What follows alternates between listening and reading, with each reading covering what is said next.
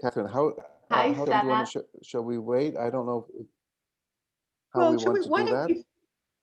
Well, I was wondering whether we might start. I'm conscious that there's only 10 of us, which is probably, maybe because people are busy. And I thought if there's not that many of us, it's an opportunity for us just each to introduce ourselves, which might be a nice way to start rather than just looking at anonymous faces. What do you think, Nava? Just half a sentence each? Whatever you decide. That'd be nice. Should we start formally anyway?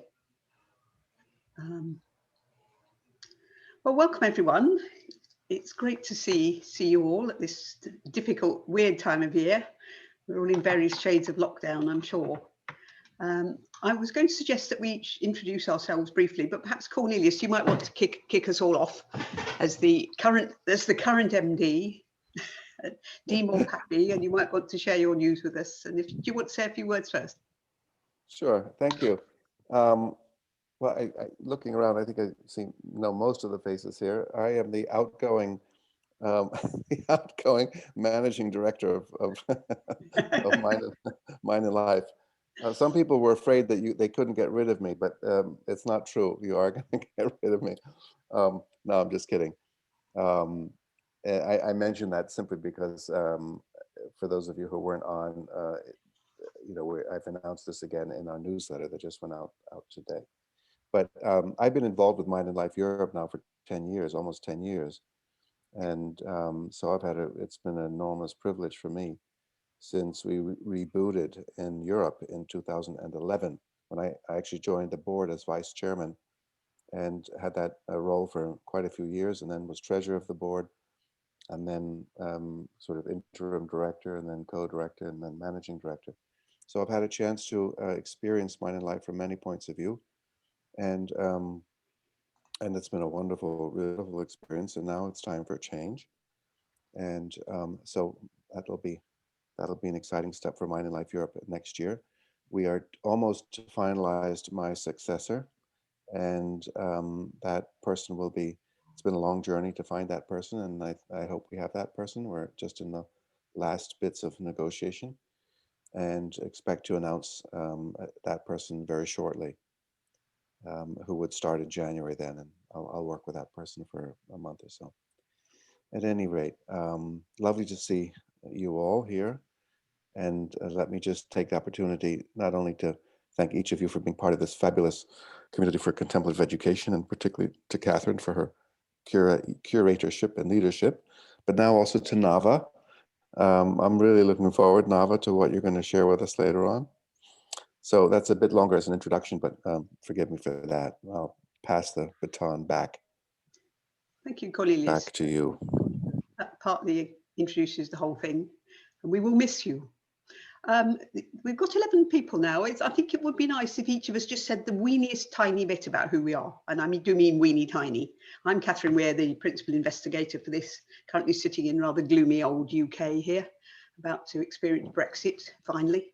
That's a bit, but it's a great privilege to be having helped to lead this community for a couple of years now, and I'm really looking forward to hearing Nava. If I just call out names, perhaps, if that's all right. Nimrod, I saw you. I'm going from right to left. Do you want to just say hi? Hi. Tell us who you are, where you're from. Israel. I'm from Israel. Hi to everyone. Hi from Israel. Thank you. Albina, there you are. Unmute. Get to unmute yourself. Yes, okay. I'm Albina and I'm from Italy. And you were a volunteer for a while, weren't you? Yes, a little while actually, because then the lockdown kicked in, and but I'm really happy and grateful that you have been keeping sending me the emails, so that I've been able to participate even in these strange times, and so be part of this community. Really, thank you for having me here. We're delighted. Thank you. We've got quite a few people here representing whole school approaches. Nimrod does. Nimrod has done some great work in whole school approaches. And so also has Salla. Do you want to introduce yourself, Salla? Yes, good evening, everyone. I'm Salla Marit from Finland, and we are exploring and implementing mindfulness and self-practices into Finnish schools. And I'm really looking for Nava's presentation, and also sad to hear, Cornelius, that you are leaving, and I wish you all the best to your future adventures. Thank you. Thank you. Brigitte, do you want to say hi? Yes, my name is Brigitte Eigenmann. I'm sitting right outside of Zurich, Switzerland. I'm the head of human resources of an international school in the area, and we are looking at implementing mindfulness and social emotional learning to our school, also from a whole school perspective. Great. And so a lot of interest here in the whole school perspective, so that should be an interesting debate, I think.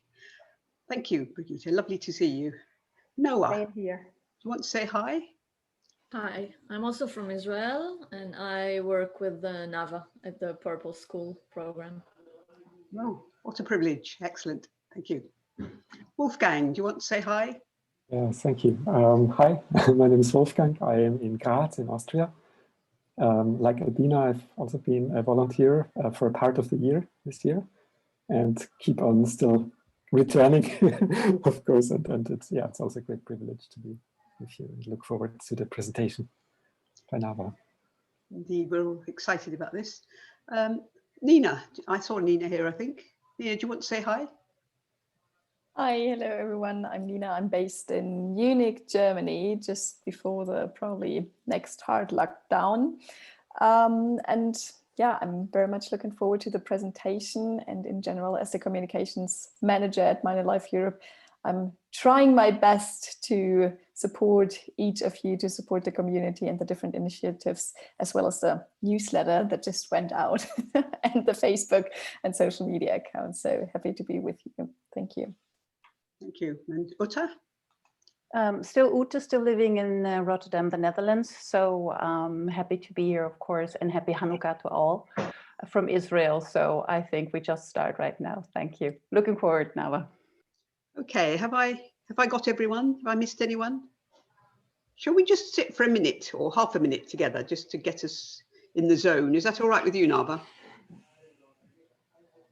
I'll just sound the bell.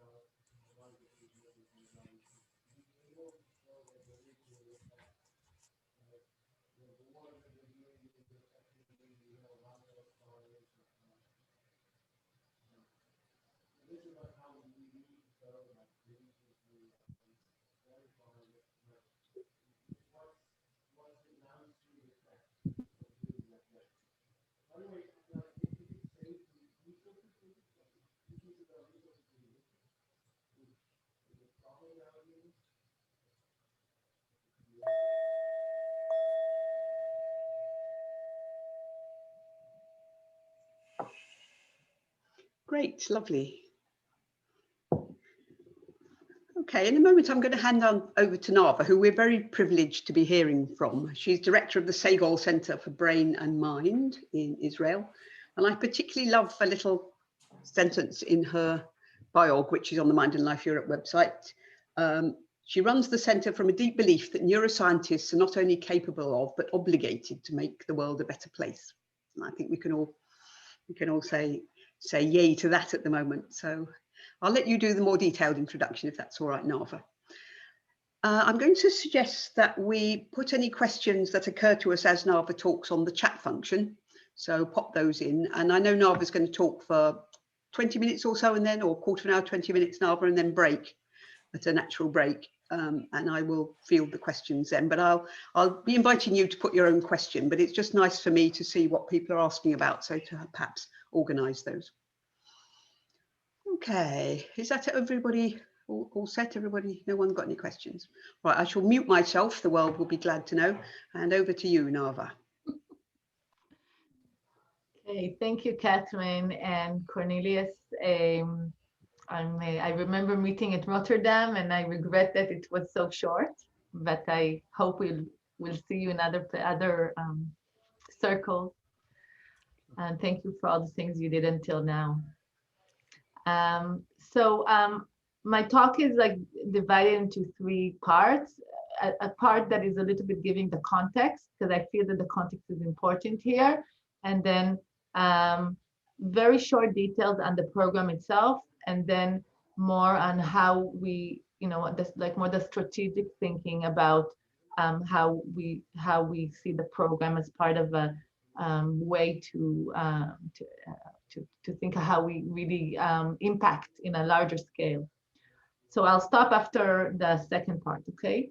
And just to say that we don't have a lot of time, and I have a lot of things I would like to share, so I just put like pointers. And if anyone is, and I know there's people here that are doing really serious work, so if anyone wants to talk and share later, then the idea is to just let you know, things that we're doing and things that can be points of connection. Okay, that's the point. That for me, that's one of the goals of this talk. Okay, so I'll share. So do you see my presentation? Yeah, okay. I just need to make you on my second screen. Okay, great. So just like to give you some context, just first of all, geography. So we are situated in the I'm sitting now in the interdisciplinary center. Actually, I'm sitting here in this office right now that you can see where I'm pointing. I have a view, I can see the Mediterranean Sea far away. And this is 15 minutes north of Tel Aviv. It's in a private university, the only private university in Israel. It's called the Interdisciplinary Center in a city called Herzliya, small city. And I run the Sagol Center for Brain and Mind. So it's a neuroscience center. And in the last years, it's really focused mainly on understanding healthy states of mind. And mindfulness is a very central subject of inquiry. And we have all kinds of tools that we're using, both from psychology and from neuroscience. When I came here, a little bit after I came here, we had to buy a house. I mean, we decided to buy a house, and a few days before we had to sign on the contract, my husband and I were looking at one another and we're like, are we crazy to buy a house in this crazy place? That was before all the world went crazy. But we were like, this place is hopeless. There's so much hatred, and there's so much suffering here, and there's so much difficulties. And I don't want to criticize. I think it's a complex situation what's happening in this part of the world. But at some point, we decided that we probably will stay, because this is where we live. This is where our life is. This is where our family is. And the good parts of Israel is family and friends. There's a lot of connection here, and that's where I decided that if I'm staying, I have to do something to take responsibility for my children's future. And then although I was in an early career in my scientific career, I opened what's called the Muda Institute for Mindfulness, Science, and Society, which is a social dissemination center inside the Neuroscience Center, a little bit like Richie Davidson Center. And since then, we've been trying to do impact in Israeli society. So the main areas of trying to do something is, first of all, of course, education. If you want to make change, you usually want to do impact in education. And this is where I'm going to share with you today. We also have a center for training, what we call training change agents. So we brought in the MBSR and MBCP from England, from Bangor University, and we translated it to Hebrew, and we give scholarships. And today we have Arab teachers on the way, and people from the Ethiopian community and from other communities. And the idea is to really try to bring mindfulness into all Israeli communities, especially the marginalized and the peripheral communities. We also try to do a lot of cultural adaptation of mindfulness. For example, with the Ethiopian community, so we have Jews that came from Africa, and they suffer from similar things that a lot of Afro-Americans suffer or people of color. And we do cultural adaptations to ultra-Orthodox, to Arabic, and different cultural groups. We have a lot of groups here in Israel. And we do a lot of dissemination and research that's supposed to really help people in Israeli society understand that mindfulness is something really serious. There's a lot of science around that, and it's something that could really be helpful. When we started in 2009, we were the first, I did the first conference. I forgot the pictures. So we already trained more than 200 teachers, MBSR and MBC teachers, and we brought a lot of people. John Kabat-Zinn was here in Israel, Richie Davidson. Here you can see some of these people. And when we started, Richie was in the first conference in 2009. We was the first time that people heard that mindfulness has to do with science, you know. And since then, I think today in Israel, most of the people know that mindfulness is something that's scientifically based. And I think Nimrod can really, you know, give some kind of support for this, that we've done a lot of things about regarding how people in Israel look at mindfulness today. So these are people that came to Israel. And we also do work on the interface of contemplative neuropedagogy and how through neuroscience you can actually help people see that they can actually change themselves and take responsibility of who they are and in their children and you know how they are in the world. So we also have work on that. We also have work on trying to connect between mindfulness and conflict. We just finished a study that actually the COVID interfered somehow, but we still have nice results on how we have a program that's called Mind the Conflict, where we give tools to be able to lead volatile conversations. And we did a really nice study that was actually funded by the Mind and Life in 4 Arab schools, where we give teachers the tools to lead volatile conversations, and then they work with their students. And we monitored the effects of this intervention. So we're very interested also in this kind of how mindfulness can actually support the different conflicts here in this region. And in regarding the education, so I did think that I'll take a minute to like tell a little bit about the history, because I think it is interesting to see, you know, how things evolve. And I'm sure a lot of people that will that are here or will listen to this have similar experiences. So, you know, in the beginning, we were like, in 2009, we were like, let's go to the schools and bring mindfulness into the schools to the kids. And very soon we realized, yeah, like everybody in the world, that you have to work with the adults. But also there, so we did a lot of work, and we also developed a lot of things. And I think we worked with more than 1,000 teachers in different schools. But then we realized that actually we go out, we do this work, there's nice effects, we go out and everything just dissolves. And it's not really doing impact. So this is how the Purple Schools were born, and we understood that you really have to go into a school and do some deep work, and you had to do a whole school. It has to be longer processes. But then came, you know, the question of okay, we go to a school for 3 years and we do a whole school program, but how do we do an impact on a larger scale? And then when we did fundraising for this program, we actually fundraised from a organization that does a lot of work in education in Israel, and they gave us a suggestion that was surprising for me, because when I went to fundraise for them, I gave them a program on how in 5 years I enter 100 schools, you know, and they said, no, this is a mistake.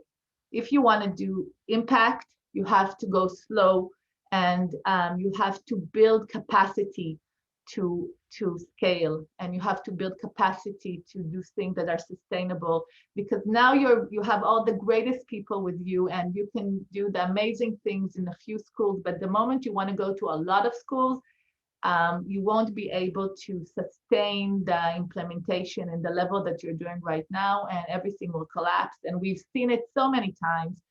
And they said, we'll give you money, but we'll give you money if you do it wisely.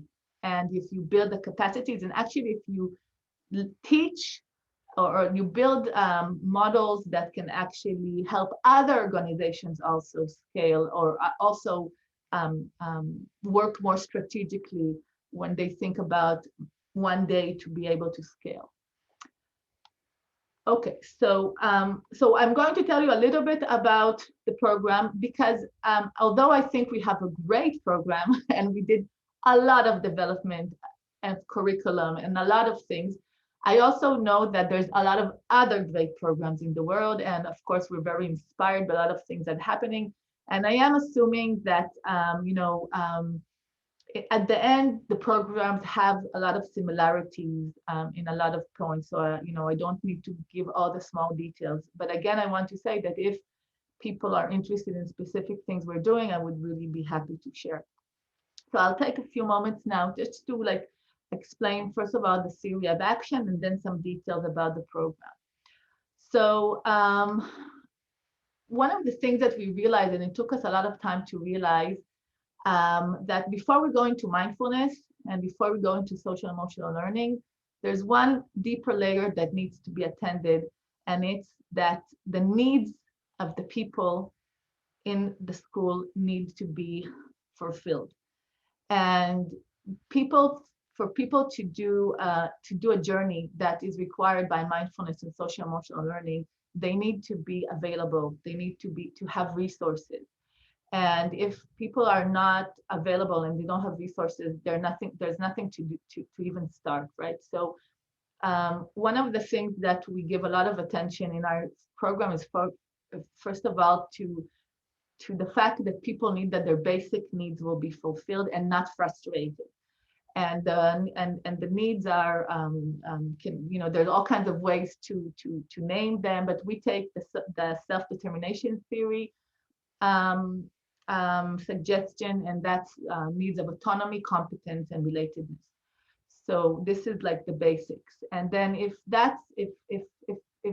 people's needs are are addressed, then they can start cultivating mindfulness, and they can cultivate acceptance and being present and kindness and compassion. And here we're very much inspired by MBSR, which is, like I said, one of the things we do in our center.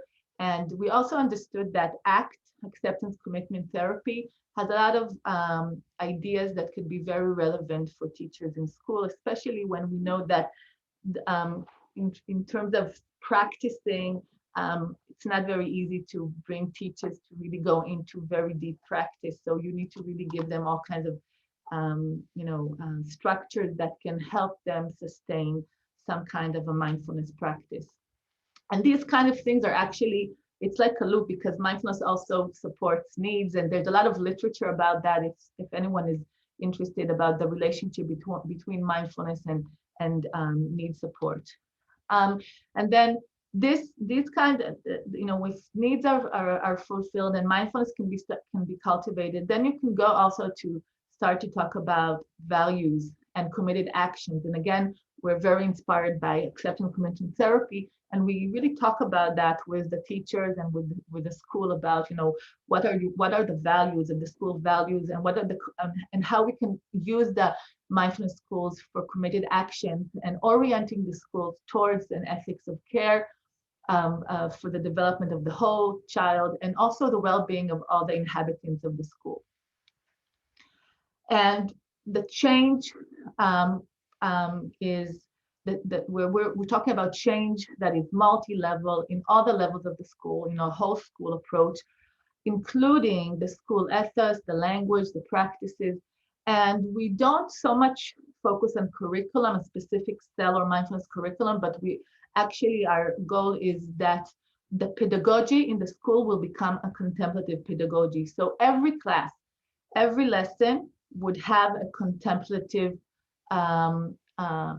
feature for it. So it doesn't matter if the child learns mathematics or geography or history or literature, there would be a contemplative part in the class. So we don't so much aim for teachers being able to teach the students to have a mindfulness practice. So, but more being able to introduce contemplative pedagogy. This is the aim of the, so the teachers themselves have a mindfulness practice, but not necessarily the kids. The kids more have opportunities through contemplative pedagogies to meet themselves and to cultivate actually social emotional competencies. And here we are working with the C model. So we're not using their curriculum, but we're really inspired by their model. So their model is like when we develop our contemplative suggestions for contemplative pedagogies, we really put a lot of emphasis on the C model. Okay, so this is the theory of action and the theory of change, and we believe that this, if we attend to all these levels, then we can reach a situation where the school culture and climate are transformed, and it's something like deep in the DNA of the school. So we put a lot of emphasis on language and culture and practices, and the idea is really to, like we call it, to color everything in purple. So this is also an opportunity just to like give you a brief view of the team. So the team is led by Tamar and Amos and Noah, who's here. And Tamar is the head of the more like the development, the pedagogical development, and Amos is more the managing director, and Noah is leading the evaluation of the program. And you see all the other people that are part of the R&D and part of the team that actually is working in the schools. And we don't, we're now in the second year, or we can say it's between second and third year, and our aim is to reach max 20 schools, and each school to be a very different school. So the aim is to be, this is a phase of learning and not so much of, going to scale. So how does the program look like? So it's a whole school intervention. It's a 3-year, and in the first year, all the staff, that means teachers and principal, have a mindfulness training of 30 hours. We work within the restraints of the education system in Israel. So in Israel, teacher training is 30 hours a year. And the principal and what we call the purple leaders. So it's a group of teachers, counselors that the principal chooses in the beginning, or they choose themselves, but every school has to have a group that we call them the purple leaders. The purple leaders and the principal have a mindful leadership that's 40 hours. And throughout the year, there's a coach that comes into the school and works with the purple leaders once a month. So the mindful leadership is also once a month for 4 hours. The second year looks similar, but now all the teachers they now learn mindfulness in school. So this is applications of mindfulness in pedagogy and in meetings, and how do we apply mindfulness contemplative practices. So it's more like the contemplative practices, how we can apply them in the class, in the school, in all kinds of settings in the school. The principals and the purple leaders go to Mindful Leadership 2, number 2 course, and again, coaching of the purple leaders throughout the year. And in the third year, there's an advanced mindfulness in school program, and also advanced mindful leadership, and the coaching continues. So the idea is that we first give the adults in the school the mindfulness skills. When we say mindfulness, by the way, we mean mindfulness, compassion. We really, it's like a word that we actually mean a lot inside it.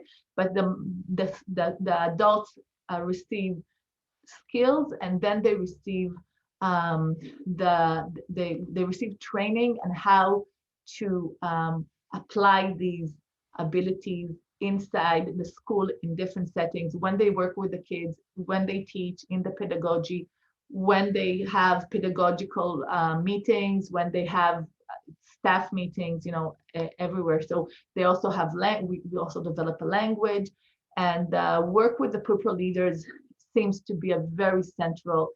We're learning that seems to be a very central issue, because the purple leaders are actually the early adapters, and they're also the ones that really help implement all these ideas inside the schools.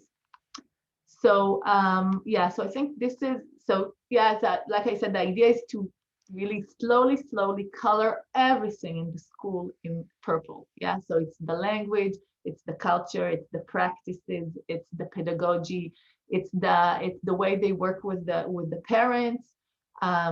So that's the idea. Yeah.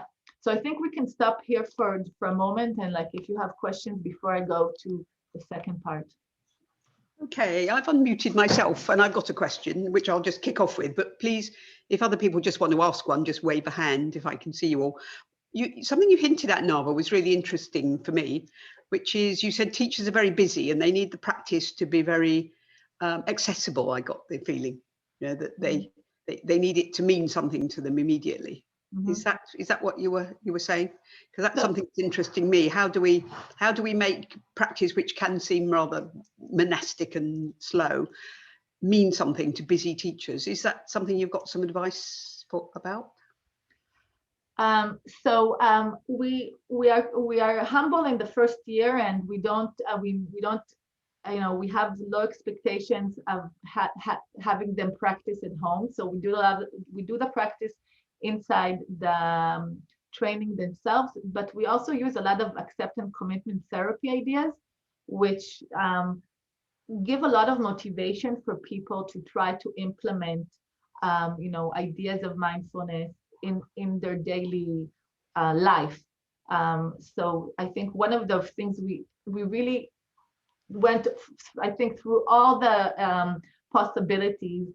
We did things that are closer to MBSR and then farther from MBSR, and then specific things we developed, and we actually came back more to things that are closer to MBSR with a lot of acceptance commitment therapy ideas inside them, which enable a more like a first level cognitive understanding, and then slowly people more and more start incorporating. And like I will show soon, one of the things we realize is that for things to happen in schools, teachers have to have internal motivation for mindfulness and for practice.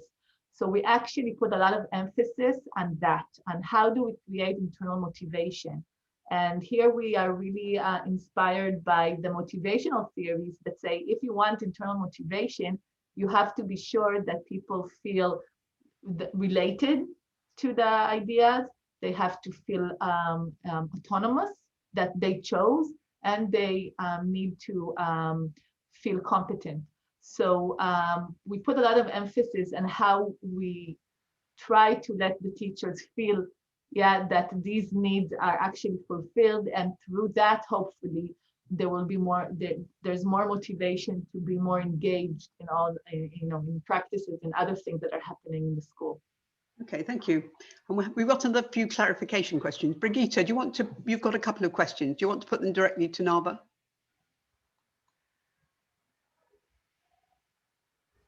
Thank you, Catherine. Nava, it wasn't clear to me during your presentation in which of the 3 years faculty actually starts to teach kids. Mm-hmm. So, or is the whole 3 years about adult training still? No, so if we go back to here, the first year is a year that's more internal. So the teachers, it's more about their own practice. We suggest things to do in school. We actually really, try to give them all kinds of suggestions, but it's not expected. And then in the second and third, the mindfulness in school is is specifically about practices to do in the school, in the pedagogy, in the class, in the recess, in the staff meeting. So it's more, so the Mindfulness in Schools program is really already about hands-on with the kids. So there, the faculty would learn, and they would apply it in the same year. Okay. Yeah.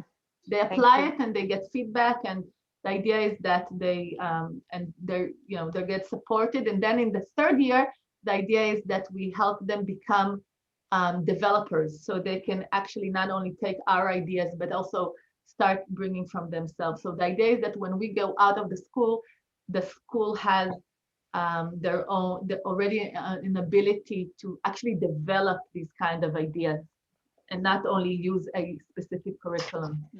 Thank you very much. It's clear now. And my second question would be, in my school, the faculty are all over the place. There's clusters that would be very intrinsically motivated and other clusters that say this is all too esoteric. And I find peace by going on a mountain hike and certainly not sitting on a cushion, closing my eyes. So a big question for me is, do we make this mandatory as a school and just live with the fact that not everybody is hugely motivated? Or do we, as I also hear from external consultants, say this is utterly non-mandatory, and we just start with the people that are motivated and count on mouth-to-mouth propaganda and let it organically grow? What would you advise, and how do you do it in your Purple School Program? So, this is one of the $1 million questions, right, in this world of mindfulness and education. At the moment, and I think we still also have this open, but at the moment, the idea is to go into schools where at least the principal and a significant group has voted to go and become a purple school. So there is few individuals that didn't vote for that, but we usually don't recommend that it would be mandatory for them, but usually, the principal is supposed to have some kind of a leadership ability to somehow, motivate. But as I was showing the second part, we actually try to specifically address motivation. So this is the self-determination theory, that this is like a part that this year, like this was like the latest understanding in the program, that we have to address motivation specifically and directly, and I'll show how we are starting to do that. So maybe I could give a more longer answer in a few moments.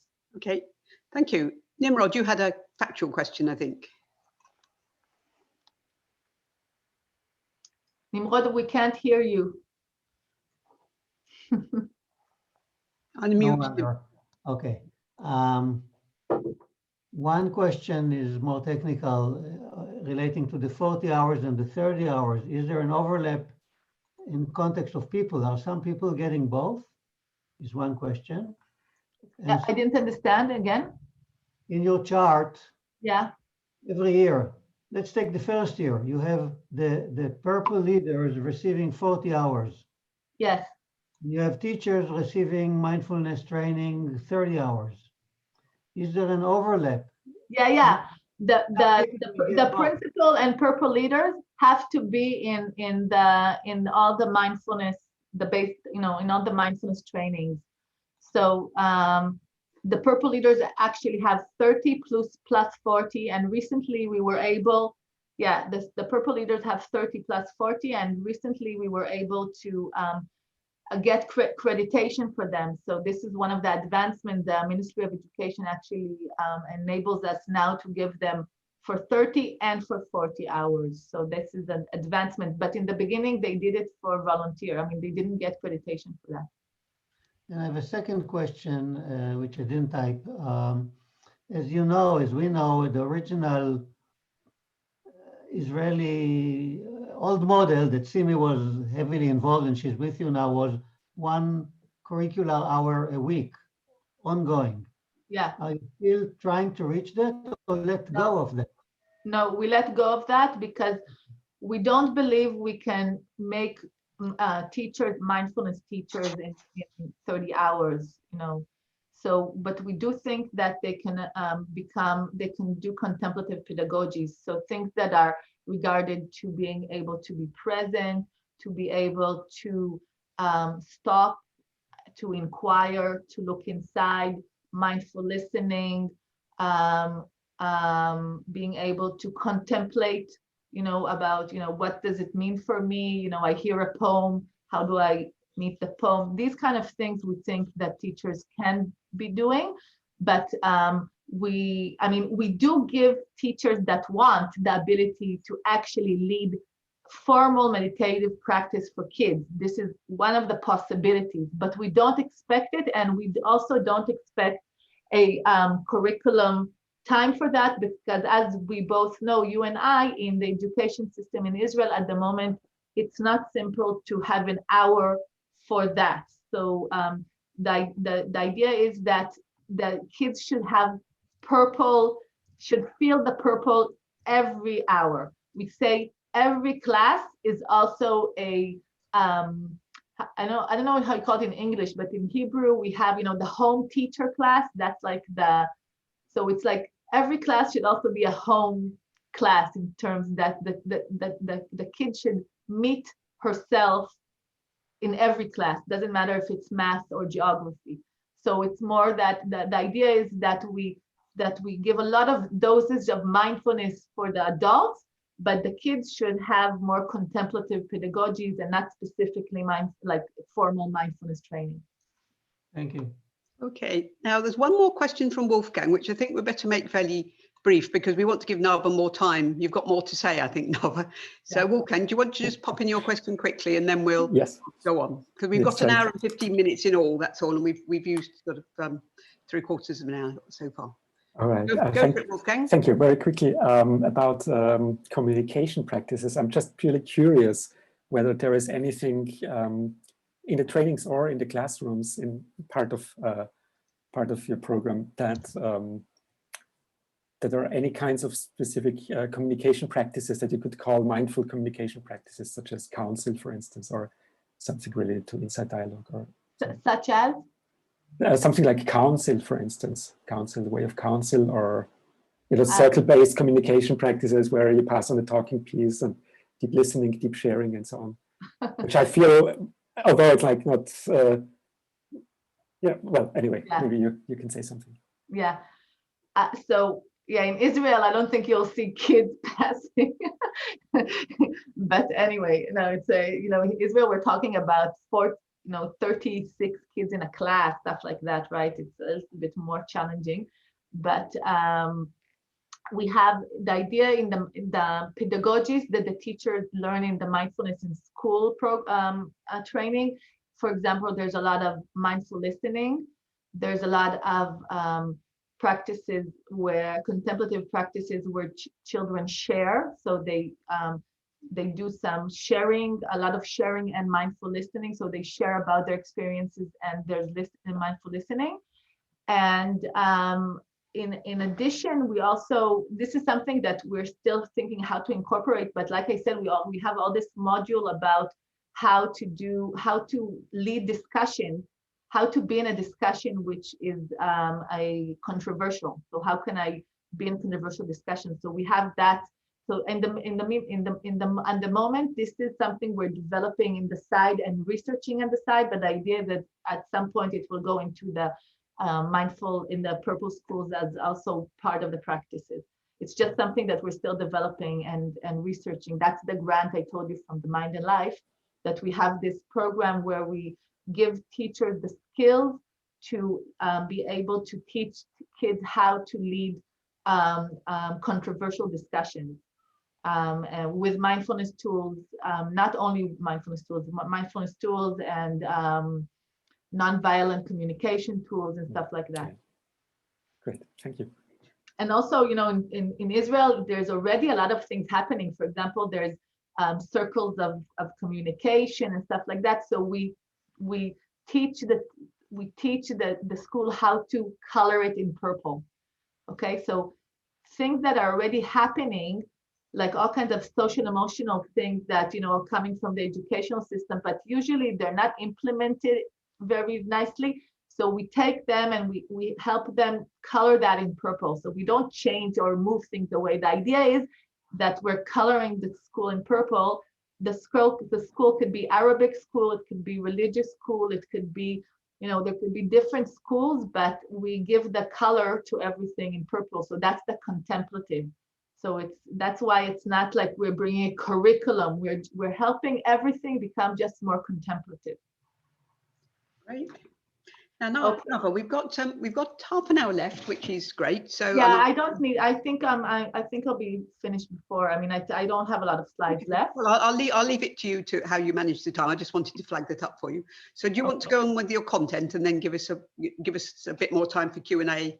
Yeah, exactly. Yeah. So I'll talk a little bit more and then I'll stop and we can talk about the second part. So the second part is like I told you, was to say, okay, so here is the, like, more or less what we want to do in a school. And it's quite, it's quite a lot of work inside a school. It's 3 years of going to school and working many hours, like you see. Nice.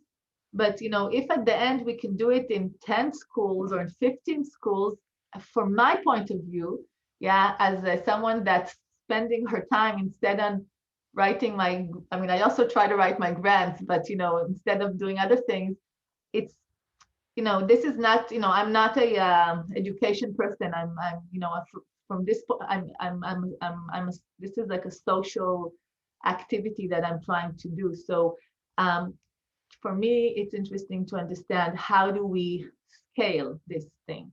How do we go deep and broad? Because it's a little bit like in quantum mechanics, right? It's like you can either do this or that. You can either, the moment you measure, right, then things are not distributed anymore. So this is like, I think this is like, it's like some kind of assumption that you can either go deep or broad. You can either do a lot of schools, but like very basic things, or if you go deep, like we're trying to do, then you probably can't, really scale. And for me, I would like to question this and ask, does it have to be like this? Can we find a way to go deep and broad? And that means, can we find a way to find an effective whole school program, which hopefully our program is an effective whole school program, but it can also remain effective when we go to scale. Can it remain sustainable, and can we continue to have serious implementation and have it implemented well? So this is a big question, and I think it's an intriguing question. And I just want to say that, that in the literature in the last few years, it's also a question that's brought up a lot about implementation and sustainability. And here's a paper that actually Nimrod is also one of the authors, that came out about planning, about implementation of social emotional learning. And here I just did pictures of parts of the paper where they say, without adequate planning for implementation, the benefits of an otherwise promising program or initiative may not be achieved. An effective implementation requires adaptation to suit the specific context in which the CEL initiative is being undertaken. So, you work in a few schools and everything goes great, but then, every school has its own context, own universe, right? And how can you adapt yourself to so many schools once you're going to scale? So for this, we created 2 structures in the organization. One is the Purple Lab, and the other is the Purple Network. I'll say something brief about the Purple Network, and then I'll focus on the Purple Lab. So the Purple Network, the idea is that, people, when we have our mindfulness practice or our contemplative practice, then the Sangha, right, the group that we practice, is really important for supporting the practice and not going back. It's actually in everything. When people do a diet and everything, they always the support, the group, the environment can be very supportive. So one of the understandings is, first of all, that to have sustainability of things, we want to also work on the ecosystem. So first of all, of course, the Purple Schools should be a network that supports each other, like a community that supports each other. But also, how do we create, how do we color the ecosystem in Israel in purple, right? And just an example, we have now a collaboration with Oren Ergaz, which is also part of the CE, and we're trying to create a master's program for education people in mindfulness and social emotional learning, so to create, to have people that will in the future be able to lead Purple Schools, for example, to go into Purple Schools. And we try to do a lot of collaboration with the Ministry of Education, but also with a lot of other things in the ecosystem. And also learn the ecosystem, because it's so complicated to really understand, how the things work and which are the places that can really be supportive for schools. Like, for example, is the city level supportive? Is the district level the most supportive? So we really try to learn. So we really do a lot of experiments in order to understand which is the level that could be most supportive. That's the Purple Network. But I think the most interesting thing is the Purple Lab. So the Purple Lab is the R&D lab, and a lot of the things that I showed you happen in the D, the development. That's where the development of all the interventions. But there's also the R. The R is actually the evaluation. And one of the things that we understand is that actually to be able to scale, we really have to have a data-driven and flexible platform. So we have to have a lot of ways to gain information about what's happening. And once you have a lot of information, you can actually you can attend, you can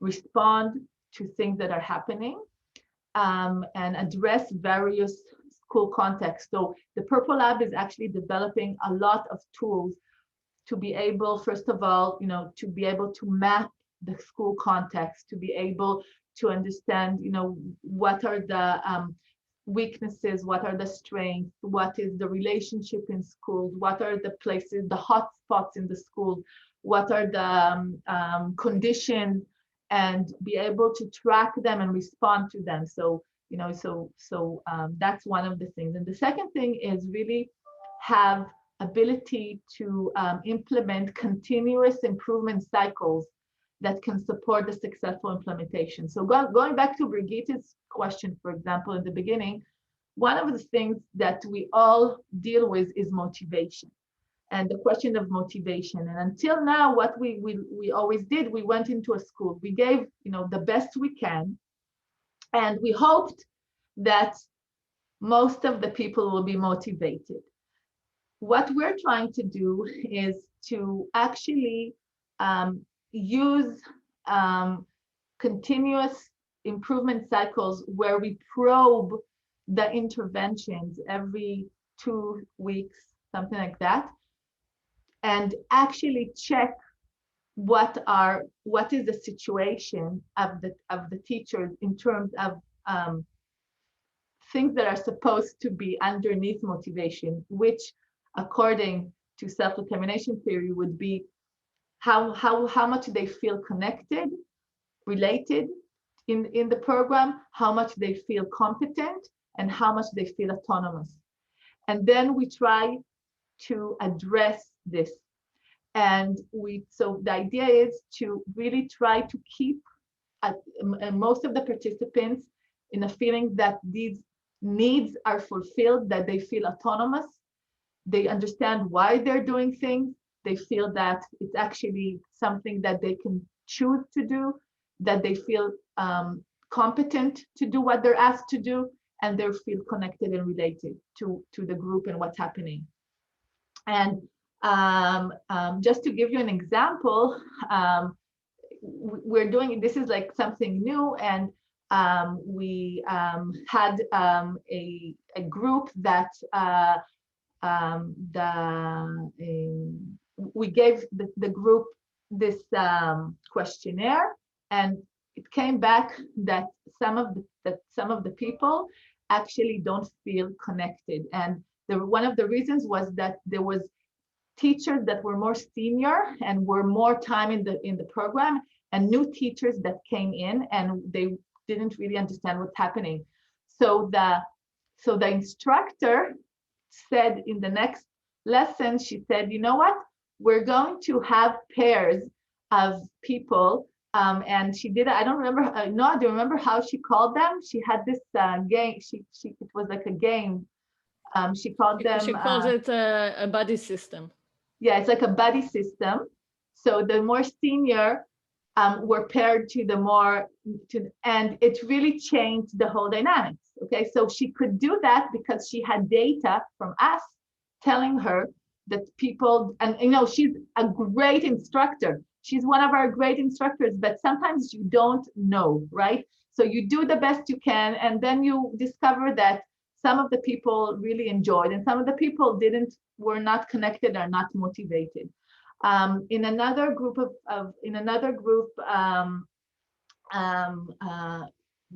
it came up that people don't feel that they have enough competency to do what they're asked to do by the instructor. You know, she gives them like homework to practice things either by themselves or in all kinds of situations, and they didn't feel competent. So the instructor understood that she has to slow down, and she actually broke down things into smaller steps to make them feel more competent. And this is, I think, you know, this is, for us, it was understanding how much data and short cycles could be effective, because a lot of, sometimes you have teachers that are very connected and they like the idea and they want to be there, but they don't feel competent and they lose motivation. They come out of the intervention and they don't know what to do.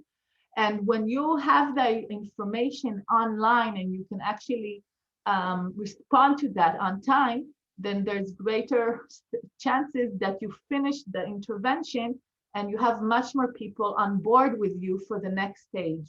So for us, so when we think about how we scale and how we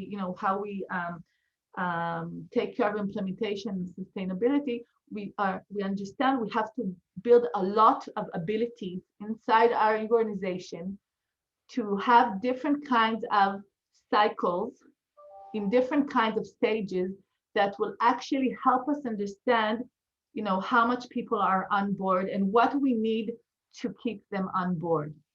And you know, what is happening in the school and how we can respond to that. So one day when we will have, I don't know, a lot of schools and not all the instructors would be the best instructors that we have right now, the idea would be that we will have data coming in, and then we will be able to say, okay, this is what's happening. This is what we suggest to do. You have 1, 2, 3, 4, 5, you know, options to do. That would be part of the development of the Purple Lab, would be not only to how do we, not only how do we measure, but also how do we, what are the options to respond, and be able to adapt flexibly to the needs that are actually there in the specific school. So I just want to say, to finish and say that we can, you know, we're learning that on one hand, we're feeling that this is has a lot of potential, but we also understand that there's a lot of challenges. And I just want to share with you a few of the challenges. So the first challenge is to ask, what do you measure in these short cycles? It took us a lot of time because social emotional capacities, they don't change over 1 week or 2 weeks, right? I mean, they can, but it's very hard to measure that. Mindfulness is not something you can measure over 1 or 2 weeks. So what do you measure every 2 weeks to understand what's happening? And this is how we realize that what you need to measure is the needs. It's something much more basic. you need to measure if the person is feeling that their needs are fulfilled in this setting. They feel, like I said, related, they feel competent, and they feel autonomous. That's what you need to measure.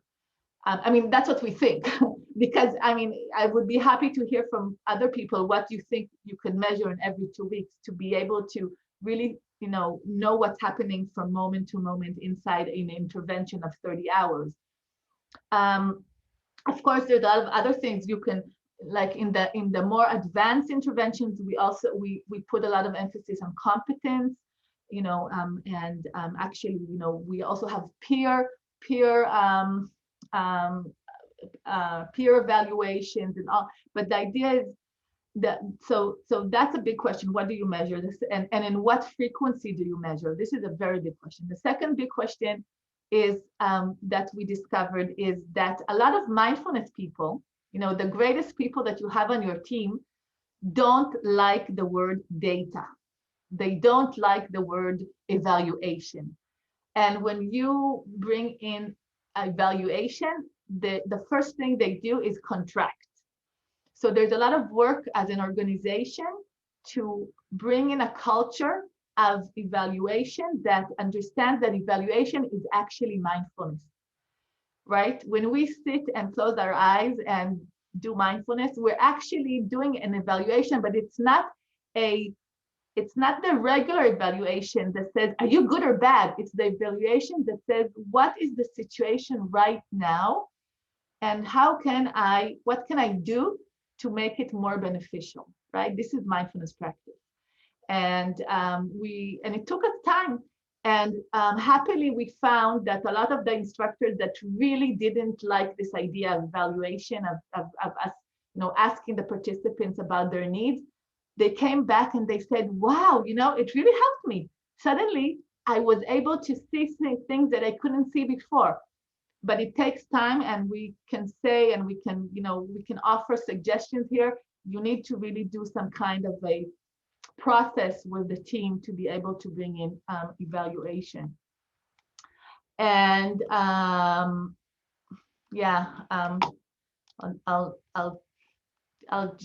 just to remind myself, but also one of the things we understand that the next step would be to create purple labs inside the schools themselves. So the schools will become the schools will say, wow, it's really great to have this information all the time, where I'm not evaluating if things are good or bad, but I'm just saying, are things working? Are people feeling that their needs are fulfilled? Are people feeling supported? And the idea is to actually bring this inside the schools themselves and not only be an external thing. And there's a lot of other dilemmas just to share, the dilemmas of, cultural adaptation. Now we have a Arab school, how much cultural adaptation should be there, and we're working on that. What are the conditions to enter a school? If you want to go broad, then do you go to every school, or do you still have, conditions where you say, there's schools that I don't go into? For example, we learned in the process that very, very big schools, like high schools in Israel, it's like huge factories. There's like 180 teachers. Very hard to have impact there. The way things work in Israel right now, where you can't go simultaneously to work with all the teachers. You have, you only have a few hours or stuff like that. So that's questions that we have a lot of dilemmas around. And then we also have, like, the role of the program in the bigger picture. Can we give the purpleness to other programs? And do we, maybe the whole point of our program is actually the purple, and other programs that are already running and doing fabulous things can take just the color, right? The ideas of how to bring in the color. And so these are all kinds of dilemmas that we're working with. Great, so that's like the main things I want to share right now. Everything here is really ongoing, and I'm sure that in about 1 year I'll have much more experience and things I can share about this process of trying to bring in data-driven development and implementation. But already now, if anyone wants to, to be in contact, I'll be happy. And I think let's have the time that's left for some questions and discussion. Okay, yes. You've answered the question I had, Nava, I think, which is how do you engage participants in the research process itself? And I think you've highlighted that that's the million-dollar question sometimes. So they don't just feel things being done to them and they're being judged. This is the irony of mindfulness. We're trying to be non-judgmental, but assess at the same time how we're doing. So I think you've answered that one. The idea of getting the Purple Lab into the school itself is fascinating. Yeah, and the Purple leaders have a very significant part here because they can really help. I mean, when we bring in the language of needs, and all the levels say to themselves, like the principal needs to ask herself, first of all, are my needs fulfilled? And mindfulness also as a way to help me fulfill my needs. Of course, the ecosystem usually frustrates her needs, right? But that's not a place where we can control right now. But then do I fulfill the needs of my staff, or do I frustrate it? So this is part of the things she does in the mindful leadership. And the mindful leaders, they do the same thing also. And then the teachers ask themselves, are the needs of my kids fulfilled, right? So for the kids to be open for mindfulness and social emotional learning and to have motivation for these things, they have to feel connected, they have to feel autonomous, they have to feel capable. So the moment we introduce this language into the school, then we can say, when we're asking you questions, we want to know if you're okay. We're not judging you. We just want to know that you're okay. And that changes, the way people see the questionnaires and everything. But I have to say, it's not simple. Catherine, you probably know. I mean, it's a process. It's a cultural change. People in schools are so much evaluated all the time that to help them see that sometimes evaluation is for them and not against them, it's something that you need to work on. Yes, absolutely. They're so accountable very often to inspectors and so on. It just feels like another judgment. Okay, anyone got any comments? It would be lovely. Just fling them out if you have. Just unmute yourself and throw them in. Wolfgang obviously enjoyed it. Yes, I did. Thank you. Yeah, I have one more question. I was really intrigued by this these 6 stages that you also shared in the beginning, in the first half, about which started with the basic needs and then building up mindfulness, SEL, ultimately the cultural change of schools and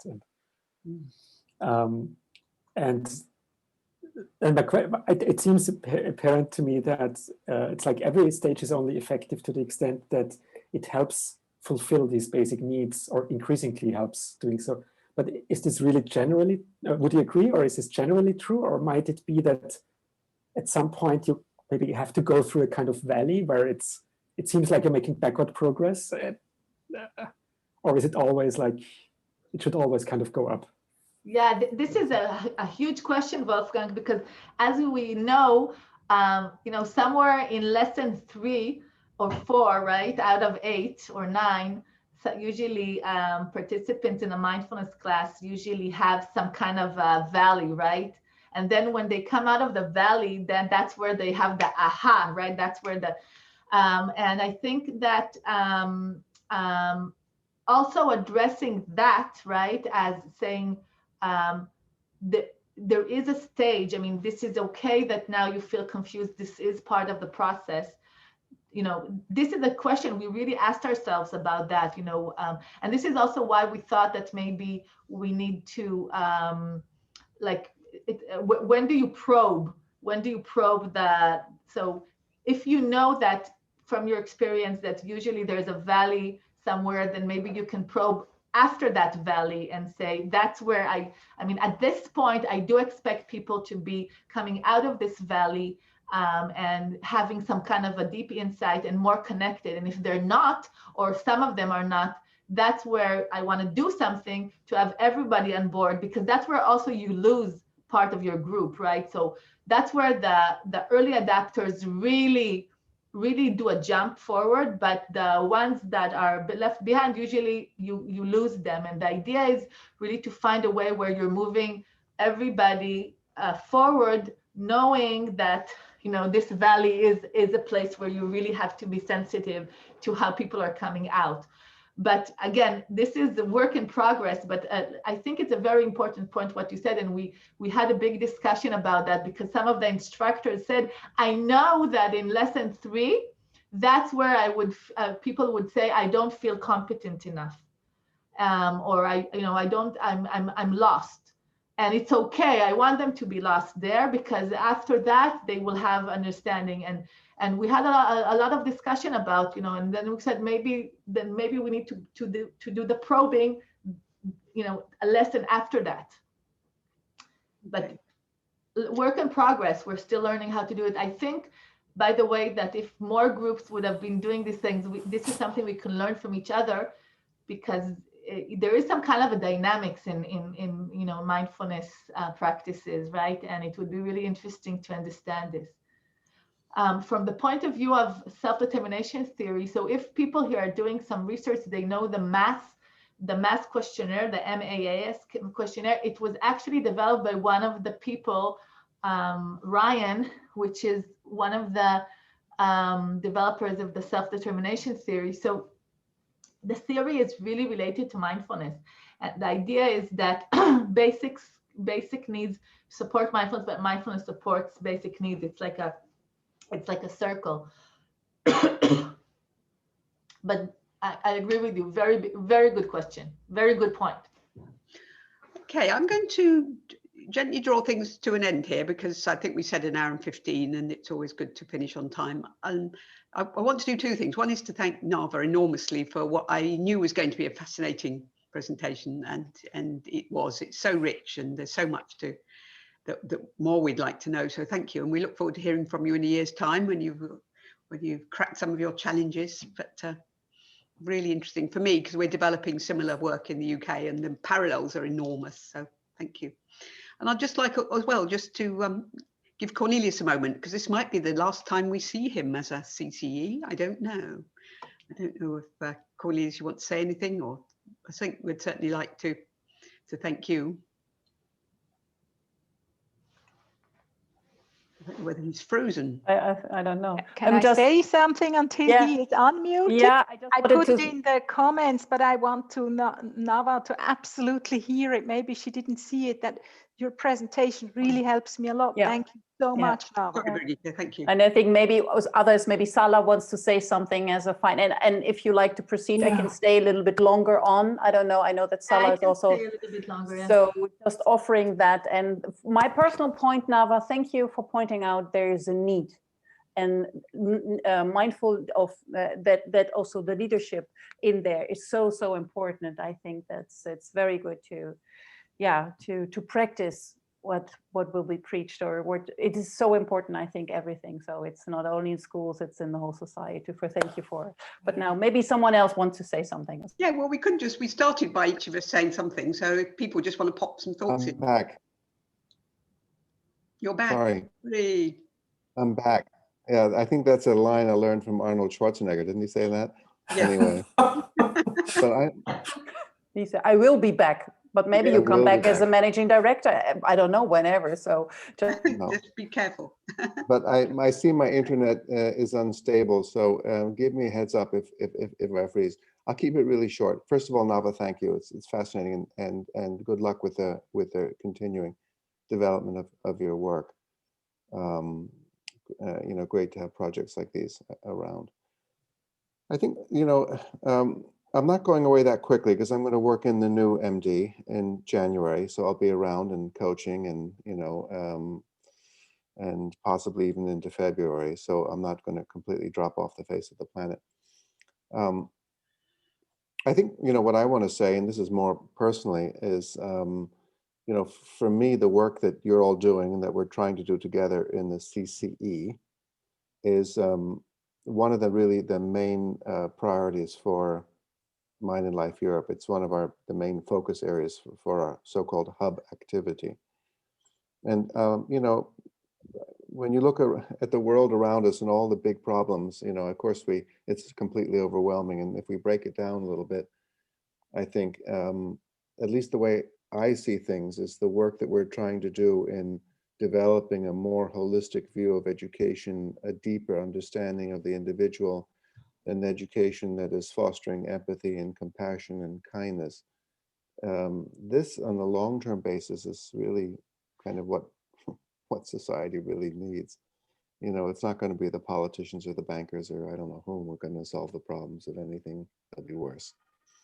So, you know, even when we get daunted or maybe depressed, or it's, you know, seems like an uphill battle, or it's not mainstream, I think the work is just so important. And I feel that way. And I think each of you do as well. And I do feel that there's strength in numbers, you know, even if it's more time and it's commitment and we have lots of other things to do, the fact that we know of each other, that we're connected with each other, that we can share and be inspired by each other, I think is really, you know, it's really what we want to do with the CCE. So thanks for participating, stay participating. You know, we want to grow this together with you. And thank you all and good wishes for the holiday season. Thank you, Cornelia. Take some rest. Lovely. Or as So Ute shall we might say say, anyone who wants to Ute, go? I don't know if we started with this. Yeah.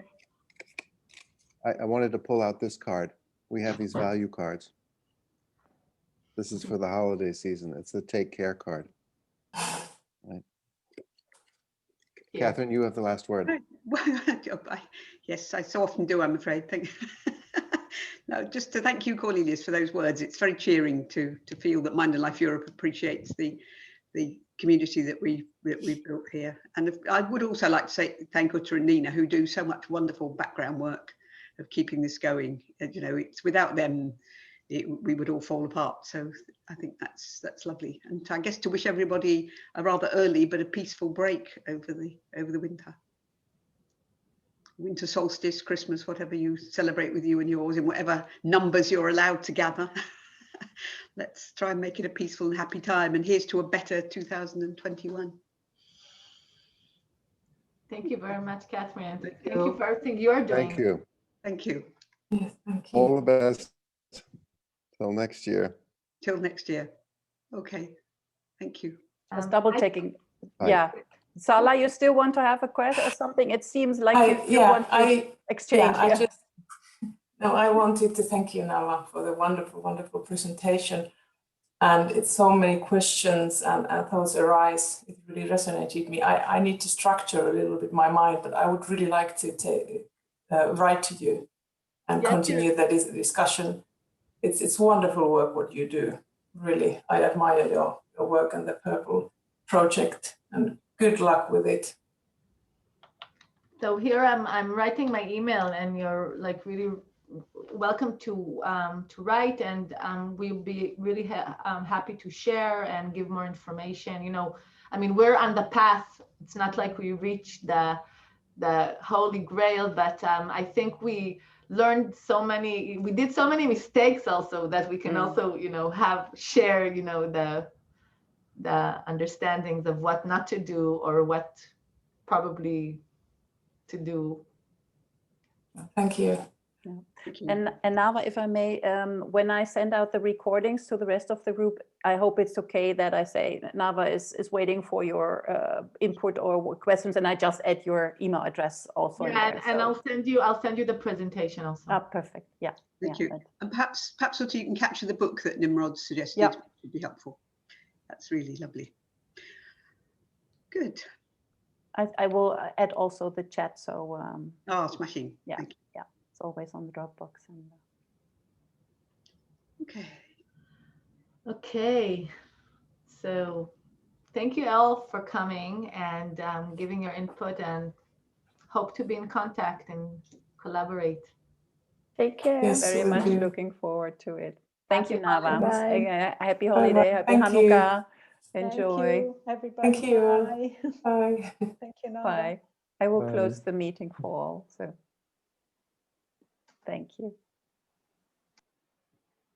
Ciao. Ciao, Wolfgang. Tschüss. Ciao. Tschüss.